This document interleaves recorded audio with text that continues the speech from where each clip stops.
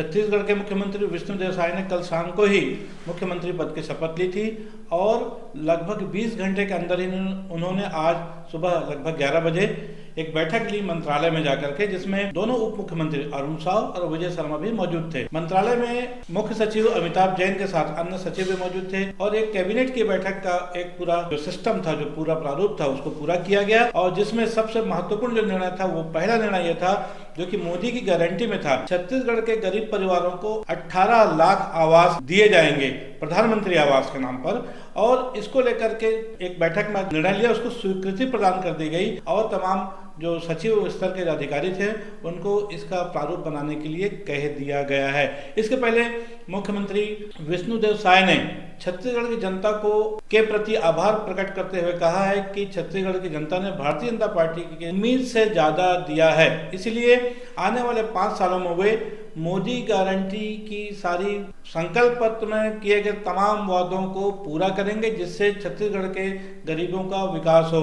उन्होंने ये भी कहा कि भारतीय जनता पार्टी ही एक ऐसी पार्टी है जो आदिवासियों का विकास करेगी।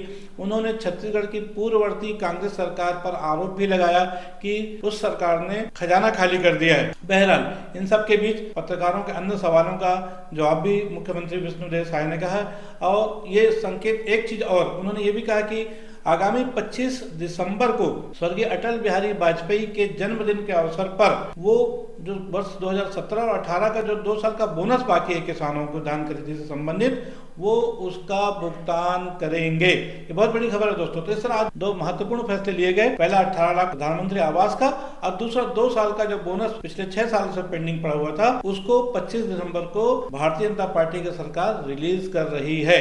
कांग्रेस से जुड़ी एक बहुत बड़ी खबर सामने आई है। आज ही कांग्रेस पार्टी ने अपने 2 पूर्व विधायकों को कांग्रेस की प्राथमिक सदस्यता से 6 साल के लिए निष्कासित कर दिया गया है। यहाँ दोस्तों सरगुजा के दोनों विधायक रहे हुए जो कि 2018 से 23 तक थे, बृहस्पति सिंह जो कि रामानुजगंज से विधायक थे और दूसरे हैं विनय जायसवाल जो कि मनेन्द्रगढ़ से विधायक थे। आपको याद होगा कि चुनाव प्रचार के दौरान रिजल्ट से आने से पहले, मतदान होने के बाद और मतगणना से पहले इन दोनों नेताओं ने कांग्रेस के आला कमान पर गंभीर आरोप लगाए थे। बृहस्पति सिंह ने जहां पर छत्तीसगढ़ की प्रभारी कुमारी शैलजा पर पैसे लेकर टिकट देने का आरोप लगाया था, वहीं पर मनेन्द्रगढ़ के विधायक विनय जायसवाल ने सह प्रभारी चंदन यादव पर 7 लाख रुपए लेकर भी टिकट न देने का आरोप लगाते हुए तमाम तरह के अन्य आरोप भी लगाए थे। बृहस्पति सिंह ने तो कुमारी शैलजा को प्रभारी पद से हटाने की भी बात कह दी थी। बहरहाल कांग्रेस ने पहले दोनों विधायकों को जारी किया गया था, उनसे शोकास, उनसे जवाब मांगा गया था। दोनों विधायकों ने जवाब दिया भी, लेकिन कांग्रेस आला कमान उस जवाब से संतुष्ट नहीं था, जिसके फलस्वरूप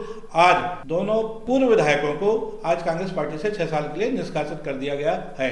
एक खबर है जो दुर्ग जिले की है। दुर्ग जिले के वैशाली नगर विधानसभा क्षेत्र के नवनिर्वाचित भारतीय जनता पार्टी के विधायक Rikesh Sen full action mood में हैं और जनता की मांग पर, जनता की शिकायतों के आधार पर उन्होंने कदम उठाने शुरू कर दिए हैं। कल और आज के फैसलों में देखा जाए तो उन्होंने 2 महत्वपूर्ण फैसले लिए, जिसमें खासतौर पर जो निजी आवासों में ओयो के बोर्ड लगाकर जो अवैध रूप से होटलों का संचालन हो रहा था, जिसमें संदिग्ध गतिविधियां थी, कई तरह के नाजायज काम हो रहे थे, उनके खिलाफ कड़ी कार्रवाई करते हुए 2 ओयो के होटलों को बंद कर दिया गया है और अन्य ओयो होटल चलाने वालों को भी नोटिस जारी कर दी गई है कि बिना लीगल दस्तावेज के इस किस्म के होटलों का संचालन वह अपने क्षेत्र में नहीं होने देंगे।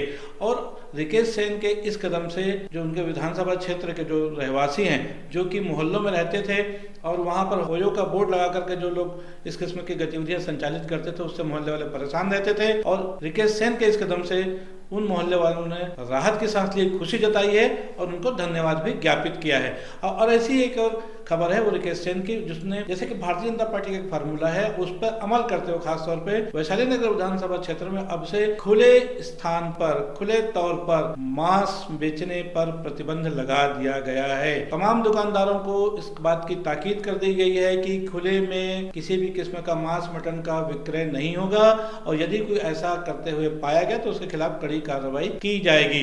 कहते हैं कि जब नाव में छेद होता है तो चूहे बहुत तेजी से दाएं बाएं भागते हैं और जब बुरा वक्त आता है तो सगे संबंधी, नाते, रिश्तेदार, नजदीकी भी दूर होने लगते हैं और ऐसा ही कुछ देखने को आ रहा है कांग्रेस की सरकार के जाने के बाद। रायपुर दक्षिण से चुनाव लड़ने वाले महंत रामसुंदर दास ने कांग्रेस की सदस्यता से यानी प्राथमिक सदस्यता से भी इस्तीफा दे दिया है। उन्होंने 8 बार के विजेता बृजमोहन अग्रवाल के खिलाफ जो उनके 67,000 वोटों से एक करारी शिकस्त हुई है, उसकी जिम्मेदारी खुद पे लेते हुए उन्होंने पार्टी की प्राथमिक सदस्यता से ही इस्तीफा दे दिया है। आपको याद होगा कि 2 दिन पहले ही दिलीप सड़ंगी, जो कि सांस्कृतिक प्रकोष्ठ के छत्तीसगढ़ के प्रदेश अध्यक्ष थे, उन्होंने भी न सिर्फ प्रदेश अध्यक्ष पद से बल्कि पार्टी की सदस्यता से भी इस्तीफा दे दिया था। और ये देखना होगा कि आने वाले समय में और कौन कौन वो लोग हैं जिन्होंने 5 साल, 2 साल, 3 साल सत्ता का सुख भोगा है और कांग्रेस की हार के बाद अब वो पार्टी से पलायन कर जाते हैं। इस बीच एक खबर और आ रही है, वो ये कि कौन होगा नेता प्रतिपक्ष। अभी तक बातचीत चल रही थी कौन होगा मुख्यमंत्री। अब कांग्रेस चूंकि विपक्ष में आ चुकी है, इसलिए पूर्व मुख्यमंत्री भूपेश बघेल के अलावा उमेश पटेल, जो कि उनके मंत्रिमंडल के सदस्य रहे हुए हैं, और तीसरे कवासी लखमा, चौथी अनिला भेड़िया, ये 4 पूर्व मंत्री जो कि भूपेश सरकार में कैबिनेट मंत्री के रूप में काम कर रहे थे, 4 जीते। बाकी 9 मंत्री चुनाव हार चुके हैं।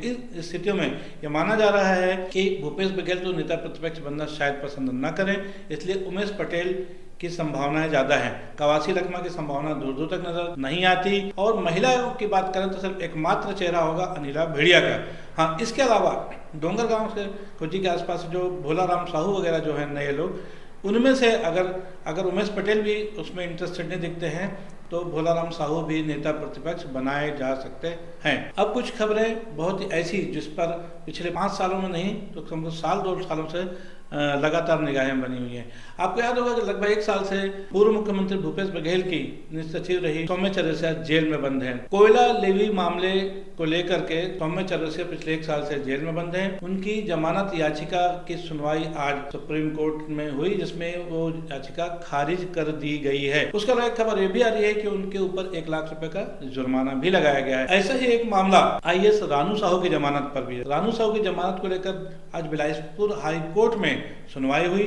सुनवाई चली रही थी जो कि पूरी नहीं हो पाई है, इसलिए जमानत का फैसला भी नहीं हो सका है। हाँ, अलबत्ता जो अगली सुनवाई की तारीख है वो 8 जनवरी 2024 तय कर दी गई है। जब 8 जनवरी 24 तक ये मामला फिर टल गया है और जब सुनवाई पूरी होगी तब आईएएस रानू साहू की जमानत का निर्णय होगा। एक खबर और जो कि स्वास्थ्य विभाग से है। स्वास्थ्य विभाग में भर्ती के मामले को लेकर के राज्य सरकार ने सुप्रीम कोर्ट में एक स्पेशल लीव पिटीशन दायर किया हुआ था और जिसको आज सुप्रीम कोर्ट ने खारिज कर दिया है। और साथ ही साथ उन्होंने ये भी कहा है कि हाईकोर्ट ने इस संदर्भ में जो फैसला लिया था वो सही है और हाईकोर्ट ने जो फैसला दिया था उसके क्रियान्वयन में जो उन्होंने काम शुरू किया था उसकी सुनवाई चूंकि अधिकारियों ने नहीं की, तो अब चूंकि सुप्रीम कोर्ट का फैसला भी आ गया है तो हाई कोर्ट ने ऐसे अधिकारी स्वास्थ्य विभाग से जुड़े हुए स्वास्थ्य सचिव सिद्धार्थ कमल परदेसी, स्वास्थ्य संचालक जयप्रकाश मौर्य और एक CMHO हैं डॉक्टर MP महेश्वर, हाईकोर्ट ने इन तीनों अधिकारियों को अवमानना का नोटिस जारी कर दिया है और देखना होगा कि आगे की कार्रवाइयां किस तरह से होती है। आज के लिए बस इतना ही। मैं हूं BD निजामी और आप देख रहे हैं न्यूज़ T20। आपको ये हमारी खबर कैसी लगी इस पर अपनी राय अवश्य दें। हमारी खबर को लाइक करें, हमारे चैनल को सब्सक्राइब भी करें।